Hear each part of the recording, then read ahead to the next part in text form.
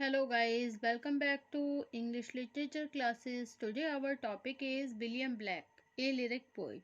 Okay. So without wasting much time, we should start this video on this topic, William Black as a lyric poet. Okay. William Black was born in London. Okay. William black जो है इनका जन्म London में हुआ था नवंबर 1757 को. Okay student. And died there on August 12, 1827 और 1827 12 अगस्त को इनकी डेथ हो गई. His imaginative mind, इनका जो काल्पनिक मस्तिष्क था, was very highly fertile since early childhood. वो बहुत ज़्यादा कैसा था? फर्टाइल था. ओके. अर्ली चाइल्डहुड, अपने बचपन से ही. एज ए चाइल्ड, बचपन से he was not a fortunate, he could never get formal education. उन्हें कोई औपचारिक एजुकेशन नहीं मिली, मतलब औपचारिक तौर पर कभी भी वो स्कूल नहीं गए, उन्होंने किसी तरह की कोई भी यूनिवर्सिटी में स्टडी नहीं करी, तो उन्हें कोई भी फॉर्मल एजुकेशन नहीं मिल पाई. He started his career at the tender age of the 14 as an engraver. उन्होंने जो अपना कैरियर स्टार्ट किया था वो 14th की एज में ही किया था.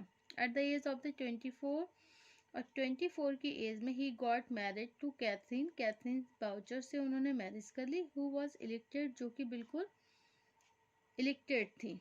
इलेक्टेड का मतलब क्या होता है? गमार, मतलब बिल्कुल भी पढ़ी लिखी नहीं थी. ब्लैक एजुकेटेड हर, लेकिन ब्लैक ने उनको पढ़ाया, उन्हें एजुकेटेड कराया.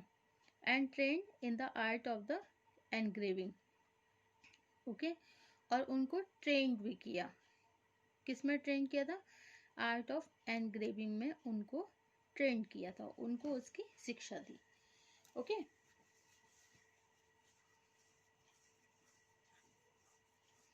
तो विलियम ब्लैक का जन्म कहाँ हुआ था?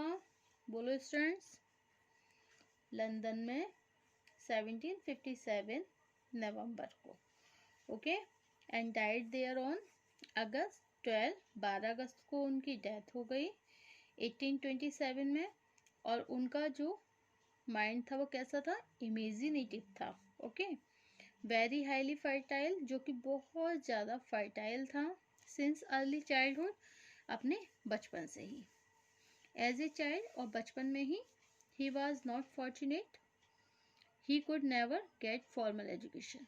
मतलब उन्हें कभी भी एजुकेशन औपचारिक तौर पर प्राप्त करने का मौका नहीं मिल पाया. ओके. मतलब उन्हें वो कभी भी एजुकेशन नहीं प्राप्त कर पाए. He started his career tender age. उन्होंने अपने कैरियर को कभी स्टार्ट किया था? एट द एज ऑफ, जब बहुत ही नाजुक एज होती है 14 साल की, तब से. और 24 एज में उन्होंने मैरिज कर ली. किससे करी थी? कैथरीन बाउचर से, जो कैसी थी? बिल्कुल भी पढ़ी लिखी नहीं थी, लेकिन ब्लैक ने उनको पढ़ाया और उनको आर्ट ऑफ एनग्रेविंग में ट्रेन भी किया. Okay student, is that clear?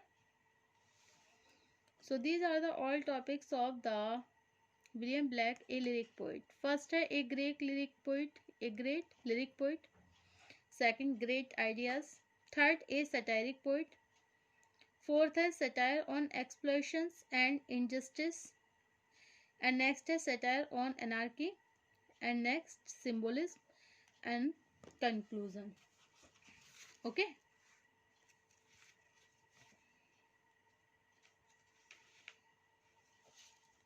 So a great lyric poet. Black is a great lyric poet. His songs of innocence. Black जो है बहुत महान एक लिरिक पोइट थे.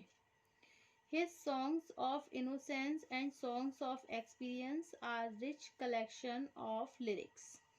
Songs of innocence consist of 19 lyrics, which included The Lamb. Also, Song of Experiences contains 28 lyrics. Okay, which includes The Tiger also, and these poems are full of great ideas. sharp satire, mysticism, symbolism, and imagery. Okay, his London is a symbolic satiric poem.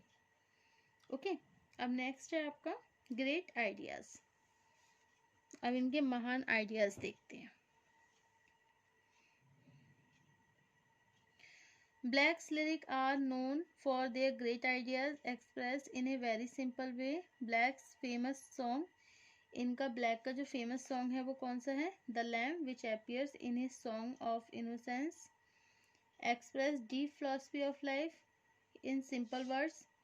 Black's famous song, The Tiger, appears in Song of Experiences. The tiger is a symbol of strength and spiritual revolt. जो tiger होता है वो किसका प्रतीक है? शक्ति का. Okay, spiritual revolt का.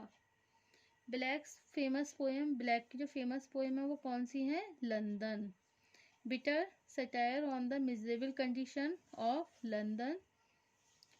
London is the capital town that ought to represent authority, law and order. Okay. It is the great irony that London is suffering in the hand of selfish authorities that spread anarchy in place of law and order. Okay.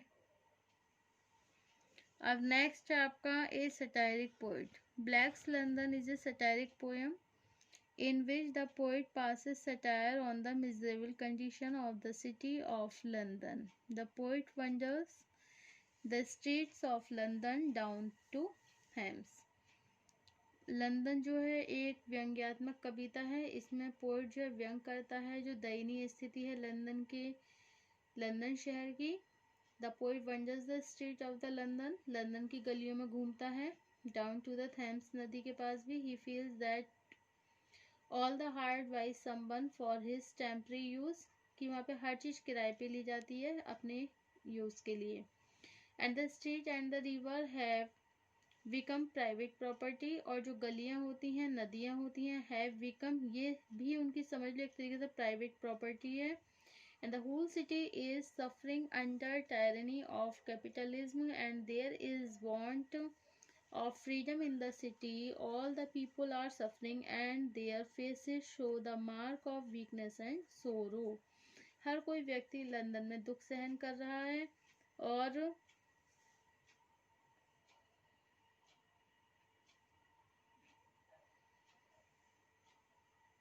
Show the mark of the weakness and sorrow, हर किसी के face पे weakness, दुख, दर्द का mark दिखाई दे रहा है.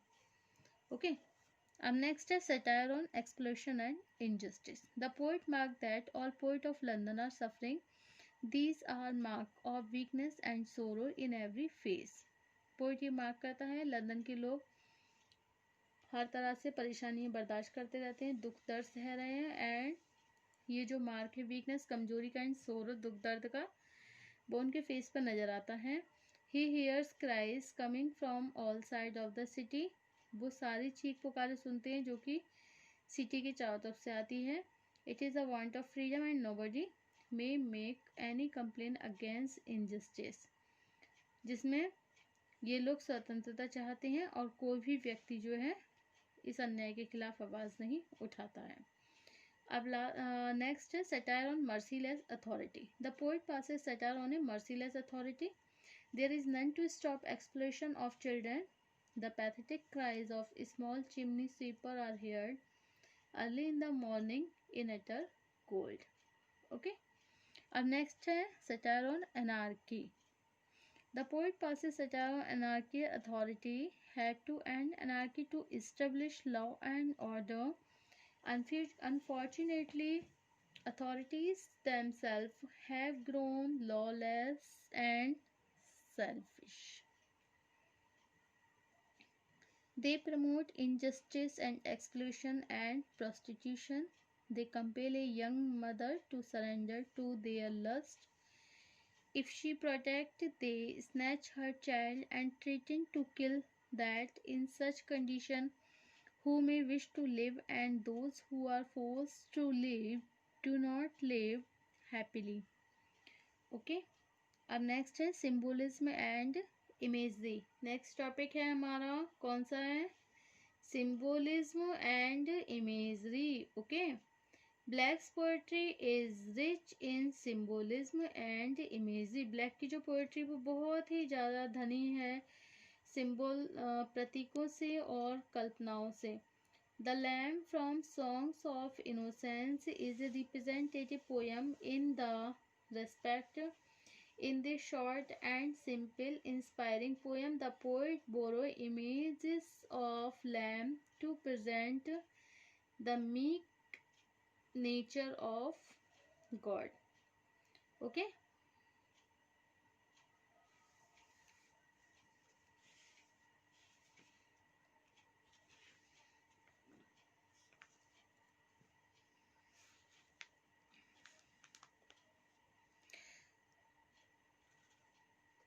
London is such a poem. London is a city, but in the poem it becomes symbol of the whole nation. Okay. And the miserable condition described in the poem is not a city but of a whole nation. I wander through each charted street near where the charted Thames does flow, and mark in every face I meet mark of weakness, marks of woe. इसमें कवि क्या कहता है कि भाई मैं London की गलियों में घूमा, थेम्स नदी बहती है उधर भी गया घूमने, और मैंने हर किसी के चेहरे पर कमजोरी या दुख के ही एक्सप्रेशन देखे. ओके, अब लास्ट है conclusion. William Blake is thus a great lyric poet. एक लिरिक पोइट है, and his lyric impress with great ideas, symbolism and satire. His contribution to English poetry can never be forgotten. Thank you for watching my YouTube channel. Thank you so much guys. और next होगा हमारा question, Gray as a transitional poet. Thank you.